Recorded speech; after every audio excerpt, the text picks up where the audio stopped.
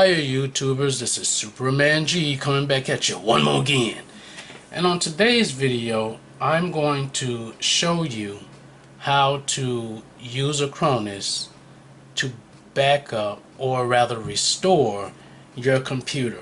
There's a video I have, and I'll try to put the link in the description, where I show you how to actually make the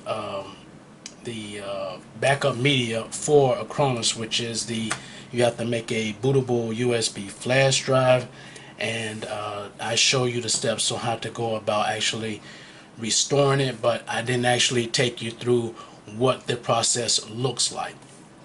I've been getting some requests from people who want me to actually show them what the steps look like, so excuse me, so that they can understand what to look for when they are restoring their computer back to how it was using ACRONIS.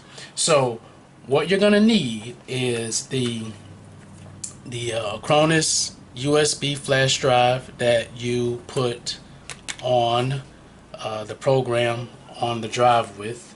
In this case, this is the flash drive that I use, which is the ADATA. These aren't too badly priced. You can get them online from Newegg for, you know, $8–10, whatever the price is that they have them for. And I also have my backup drive, which I'm using the Western Digital external. This is a 2 terabyte drive. You can get these at Office Depot, Amazon. They're not that, I think they're like maybe $60-something. I'll try to see if I can find a link to it and put it in the description below. And it uses the USB 3.0 connection, which makes it the transfer rates faster than the 2.0s.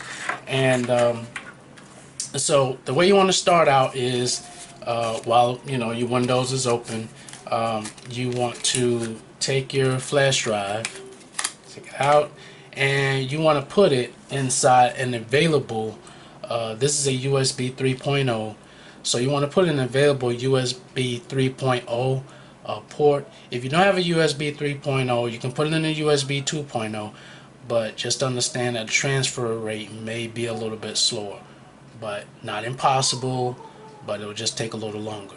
So you take this and you can put it inside a USB 3.0 port. And what you also want to do, and you can wait till later after you restart the computer, is to plug in your external hard drive if you have one. There's other media you can use. You can use a CD, or a DVD, a Blu-ray, whatever media that you wish to use, where you backed up your information on. What you can do is, when you go to restart the computer, what you are going to do is you need to set it up to where it will start from the USB flash drive that we just plugged in. A lot of people don't feel comfortable when you start the computer up in the BIOS, because there's things in there that they may not understand, or may not understand what they're looking at, or not sure what to look for. So there is another way how you can restart the computer, and the way you do that is you will go to Start button. You're going to click the settings icon, which is this little cogwheel right here, and this is your settings. Right now you're in your Windows settings, and you're going to go to Update and Security. Click on that,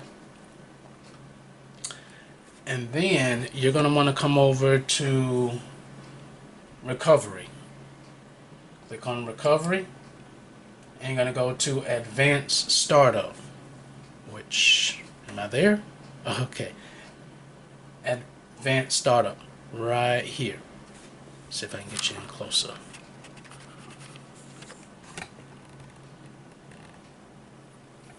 I need to loosen this up.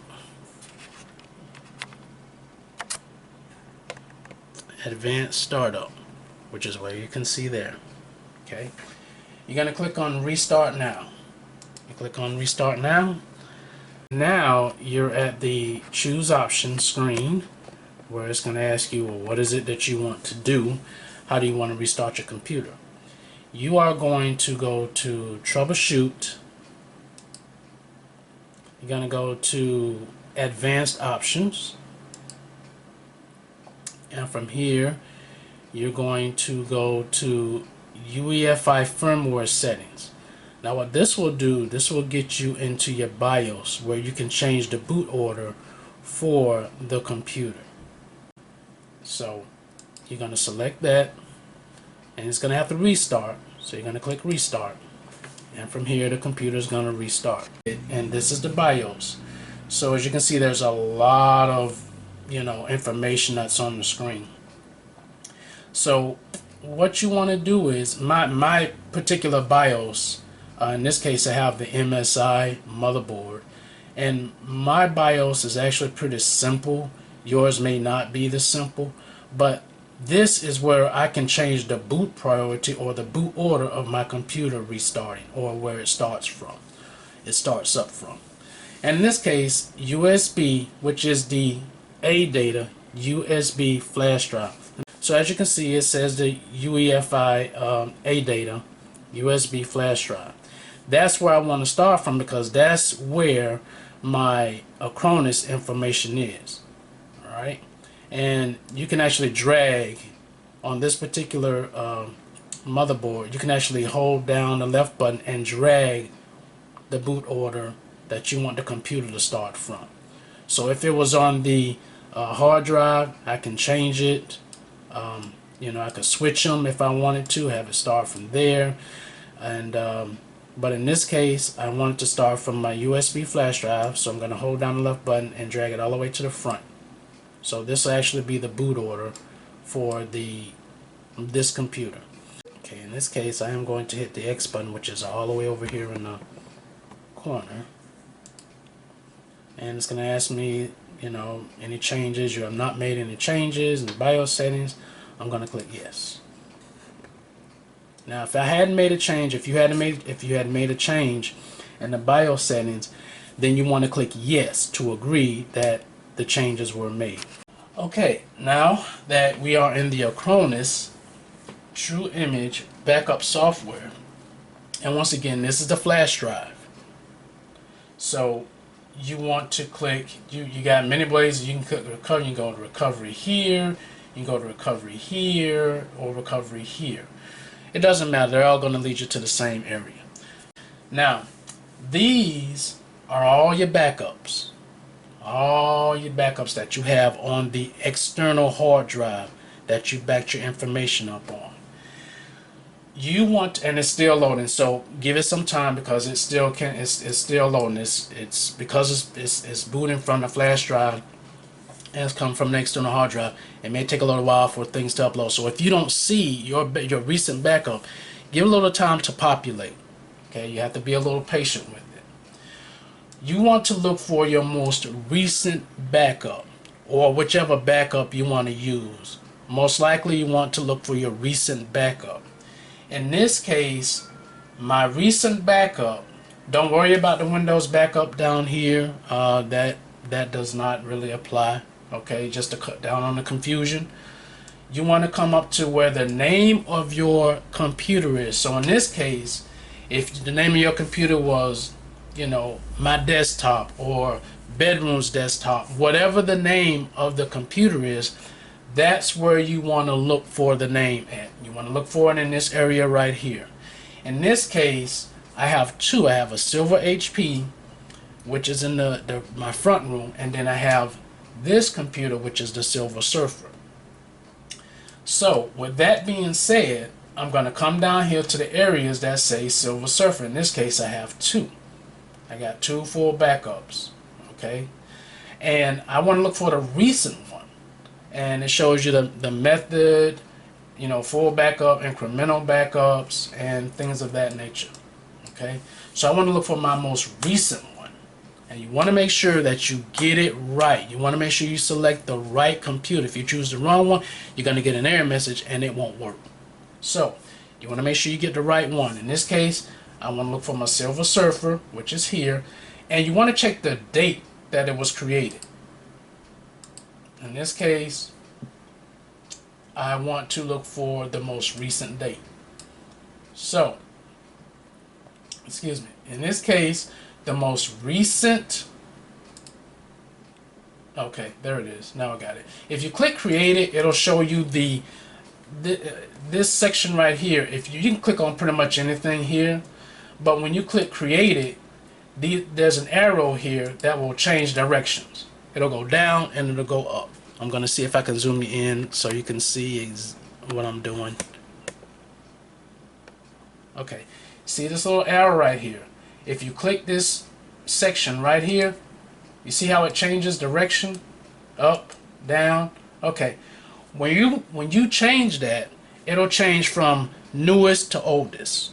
So you can orientate it that way if you choose whatever orientation or time frame that you want to use. In this case, with the arrow being in the down position, the most recent backup will show up. In this case, 11/8/2019. That's my most recent backup. 5:14 a.m. I believe, and it was an incremental backup, which means that it only backed up whatever changes I made on the computer. But you want to try to get the most recent, because that way you don't have to go back and you have to keep re-downloading it, whether it's updates on your antivirus program, Windows update, program updates, anything of that nature. So you want to try to get your most recent backup. In this case, I'm going to choose November 8th, 2019 backup. Alright, so you're going to choose that. Now, double clicking it may not get it to work. No problem. If it doesn't work, that doesn't mean something's broken, doesn't mean it's not going to work. I don't know why ACRONIS has this. They used to have a way if you double click, it will go right into the backup. However, I found out from my experience that you have to right click on the file. You'll see a sub menu that comes up. You're going to select recover. Select recovery. Give it a little time. Okay, let me back you up because there's some information here. In this section, it's asking you to choose the recovery method. I recommend that you choose recover hold disk and partitions. You're going to choose the next button. Click next. Now, what to recover? Select the items to recover. This is another crucial area you have to pay attention to. You have 3 disk partitions, and you have to make sure that you find the right disk partition or the right disk, or you're going to screw something up. You can overwrite your hard drive that you have your backup on, so you have to be careful in this area. Just take your time and everything will work out fine. Now, items to recover. In this case, we want to recover everything in the Samsung drive. So this is the NTFS storage drive. We don't want that. Okay. This is the NTFS Crucial 500 gigabyte hard drive. We don't want that. You want to use your C drive. In this case, is the NTFS Samsung 1 terabyte. That's the drive we want to use. If it says the letter C, that's the drive that you want to choose for your recovery. You can actually just select disk 3 and it'll highlight all of that instead of you just selecting it one by one. Once you click that, zoom back out, you're going to go down and click the next button, and it's going to start the ACRONIS True Image and give it that a little bit of time to work. It's going to analyze to make sure everything is running, to make sure everything is fine, to make sure there are no errors, no problems on the drive. And you just have to give it a little bit of time to work itself through. You have to be patient with this this process. It does take a little while. It also depends on your the size of your hard drive, the size of the information that you have that you backed up. Now, we are at the destination. See if I can get you in a little closer. We are at the destination of where you want to recover your information, or where you want to send your recovery. Okay, so this is where you want the information to go to. So If it came from this is going to your C drive, definitely your C drive. In this case, whether it was a Samsung or a Crucial or a Kingston, whatever drive is your C drive, that's where you want your recovery to go to. This is the destination. This is where it is going to.